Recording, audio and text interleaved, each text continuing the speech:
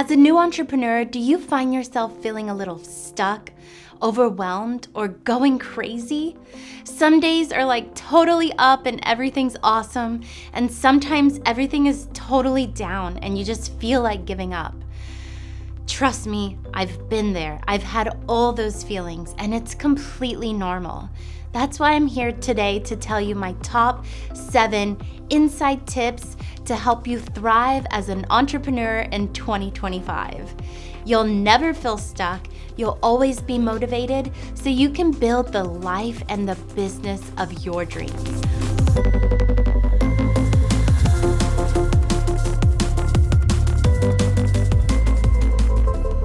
Hi, my name is Julin Jean, and I've been a creative entrepreneur almost my entire adult life. In fact, the longest salary job I ever had lasted 8 months. And that's only because the last 2 months I was able to learn music theory on the job. And that's before hybrid, by the way. So you're probably here because either you don't like the job that you have now, or maybe you want to start building your own dreams instead of building somebody else's. Or maybe you realize you don't like working for other people, and that's totally okay. It's your dream and this is your life, and I hope I can help you be the best entrepreneur you can be. That's why I want to give you my 7 top steps to how you can thrive in 2025. We're going to be going over your mission, your customer, testing the market, naming your business, the legal structure, the marketing, and the mindset. And I'm going to do it in a way that nobody else on YouTube has done it before. Since I'm a creative storyteller, I want to talk about business the same way I talk about scripts and movies. It'll be fun, and hopefully it'll give you some new, fresh ideas about how you can conquer your business dreams. If you're excited like me, press the like button and let's get started. Okay, I want to back up a couple steps and talk about business. What is business? Business is simply something you provide that people want or need, and they pay you for it. It's a simple exchange of value. It can be a product, a service, or an experience. You just need to know how to offer it in a way that excites people. You don't have to build rocket ships or iPhones. It can be something simple as a cupcake or a jam, or it can be something really huge. So let's get started with step number 1, the big universal question. The bigger the business you want, the bigger the problem you need to solve. So in storytelling, we think about this as the theme, but in business, you can think about this as the mission and the values behind your brand. So ask yourself, why are you doing this? What is your purpose? The more clear you are on your mission, the easier any obstacle will be to solve. You'll be so passionate to come up with creative solutions just because you have a strong purpose behind your brand. So how do we build a business around our mission?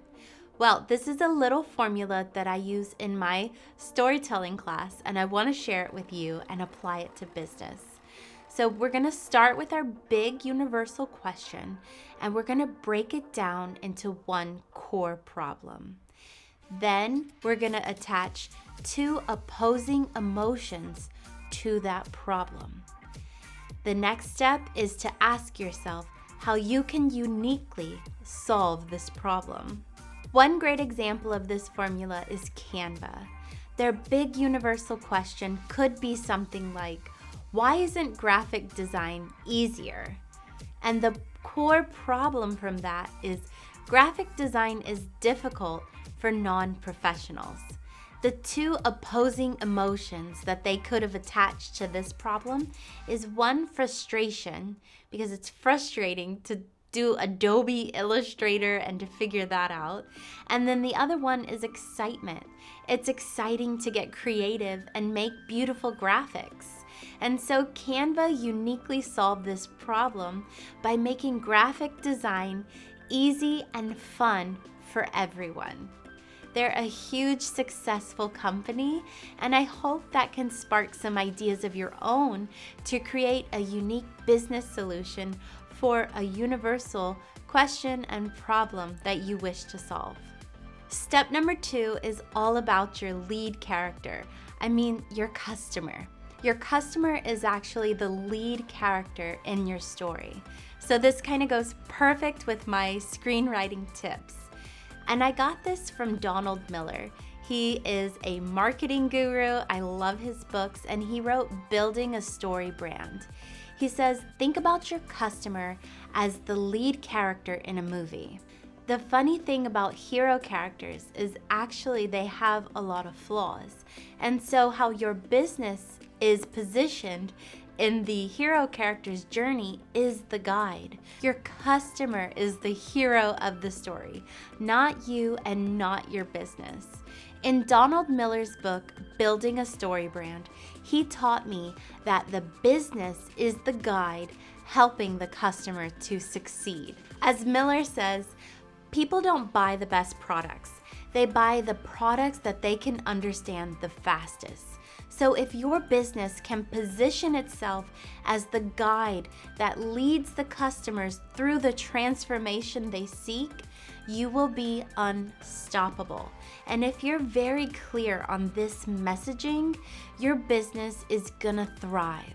A simple formula that I use in my screenwriting class to write a great heroic character can be applied to write your customer avatar. You want to think of your perfect customer and some heroic traits about them. So for Canva, their perfect customer would be, somebody who's creative, maybe somebody who's an entrepreneur, maybe somebody who knows how to use a computer. So they can use their program. Do I look like I know what a JPEG is? I just want a picture of a goddamn hot dog.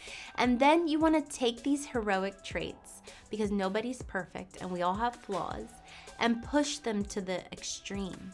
So if somebody's creative and we push this to the extreme, maybe they're too creative. They can't make up their mind. They need lots of options, and they need to see a lot of different things. And so the unique solution that Canva came up with to solve their customers' flaws and be the guide to help them succeed is they gave them lots of options. There's so many creative options inside of Canva that can help those super creative customers design the designs of their dreams. Another thing that they did for their entrepreneurs is they thought, well, if somebody is an entrepreneur, but maybe they're too busy of an entrepreneur, maybe they've got too many things going on, they don't have time to sit down and pick and choose and make the perfect, graphic design. So they came up with templates. And the cool thing is you can just sit down, plug and play, use a template, and you're ready to go. So even if you're a super creative or a super entrepreneur, they've got unique solutions for their perfect customer to help guide them over their flaws. I hope that gives you some great creative ideas to come up with your customer, come up with their heroic traits, push them to the extreme, and then come up with unique solutions to help them overcome those flaws so your business is the perfect guide that they need. Step number 3 is coming up with a simple solution so you can test the market. And if you're like me and you like to overcomplicate things, give yourself some grace. We're all human, we're all complicated. But try to think about it like this. This is your short film before you launch your big feature film. You want to keep the risk low and see if people are even interested in what you're starting or the offer that you're creating. How can you simplify your business? So for one example, I worked with a home decor company, and she started by offering coffee table books. She designed them herself, she launched them into the market, and she was so successful that now she actually offers coffee tables and couches and candles, but you see how you can start with one simplified version of your business. Keep the risk low. Learn how to run a business. Learn how to do marketing. Learn how to talk about your business before investing a heavy chunk of time, energy, or money. Start small and test fast. Now let's talk about step number 4, your great business name. Think about it like this: the best movie titles grab your attention and sets you up for what you're about to see. Your business name should do the same. It's gonna hint at exactly what your business is about.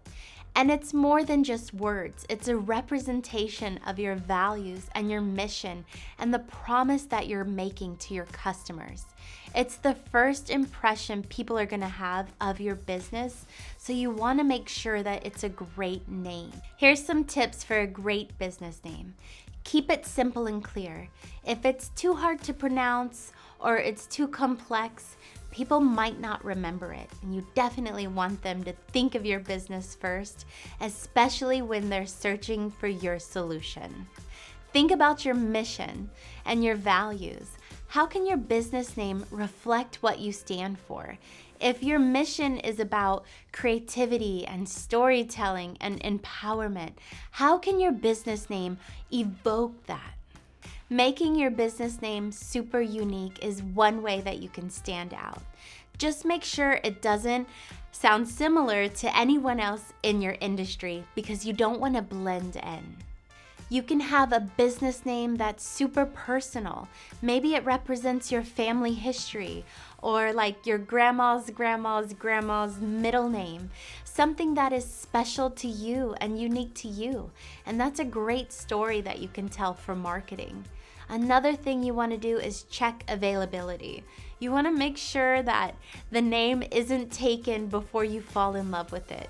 Check the domains, the social media handles, because you don't want to register a business name and then you can't actually get the social media for it. So that would definitely be my next tip. Check availability. The last thing is consider your audience. You want your name to reflect the audience that's gonna be buying and subscribing to your business. You wanna make sure that it goes with what they're into. You wanna make sure that your business name is attractive to the audience that you're marketing to. Step number 5 is the legal stuff. If you're serious about starting a business, you need to get your legal structure right and early on. The better that you have your foundation set up with your legal paperwork, the better your business can thrive. And it doesn't have to be complicated. You can actually start with something as simple as a DBA. But let's dive into legal structures like we talk about films. So a sole proprietorship is another type of legal entity, and that kind of means you're a solopreneur. You're taking on all the personal risk, and this gives you the flexibility to start small and to grow. So you could think of this as like you're an indie filmmaker. You're wearing all the hats. You're the director, producer, filmmaker, maybe you're the actor, you're the sound designer, the costume person, etc. You're the solopreneur or the indie filmmaker, and you're doing what it takes to see your vision come to life. The next type of business is an LLC. So this is like you brought a producer on to your film. It's a little bit more professional, it's more polished, you're not taking on so much personal risk, and it still gives you that flexibility and scalability to grow. So it's also another really great option if you're just starting out in your business. The next option is a corporation, and this is like those big budget feature films, those studio-backed, huge budget, multiple global locations, huge Hollywood stars. They have like 1,000 people on the crew. This is kind of like your corporation. It's super complex. There's a lot of rules and regulations, but it's a great option, especially if you're getting investors or you want to grow super quickly. And this is something I am not so versed in. I just know a little bit about it. So I don't know the meaning of the word. I hope that gives you a good idea to go do your own research and find out what business structure is best for you. Step number 6 is all about marketing and communication. So think about it like this. You don't go out and buy a movie ticket right away, right? You watch the trailer first. You read the reviews. You see the cast, who's in it. Am I gonna like this film? Before you buy that movie ticket and make that commitment. There's no reason that your business shouldn't be doing the same or similar type of marketing. You need to let people know what your business is about, what your services are, what your products are, and why you're in business to begin with. You want to build trust and build relationships. That's a huge part of marketing, is building that really deep relationship with your customer so they can become your super fan. That would be the goal, and that's how a lot of businesses succeed. There's so many different options that you could think about marketing, but one of the best ways would be coming from you. You can represent and talk about your business the best, and people want to hear from you. Don't be afraid to share your business story with as many people as you can. A little tip that my father told me, he said, hand your business card out to everybody that you meet, because you never know who knows somebody else that can refer you. If you're ready to jumpstart your business, then check out our One Funnel Away challenge. The link is in the description. The last step is all about cultivating a powerful mindset. This is so important, especially running your own business. Everything can go crazy, but you've got to stay strong. So think about it like this. You're getting red carpet ready. You're getting ready for your premiere. You need to stay powerful and stay strong inside and out. Being physically fit in order to run a business helps because you can have long hour days. It can be really time consuming. And so if you're physically fit and you're on your A game, nothing can stop you. Think of it like a movie star preparing for their tough role. They're in the gym every day, they're practicing their lines, and so this needs to be the same with you as a business owner. You need to be strong, sharp, you need to have all the answers. Even if you don't, you can, fake it till you make it, but at least believe in yourself enough that you can come up with those creative solutions to overcome your business challenges. It's really important to stay in, great shape and a great mental mindset, because days can be tough and it can be challenging. But if you think about it like that, you're red carpet ready, you're ready to tackle any challenge that comes your way, nothing can stop you. I hope that gives you a different idea of how to think about business, how to start your business in 2025, or whichever year you're watching this. I hope you had a good time learning with me, and please check out my next video. I talk about the top 5 mistakes that most entrepreneurs make and how you can avoid them. Don't forget to subscribe, and I will see you next time.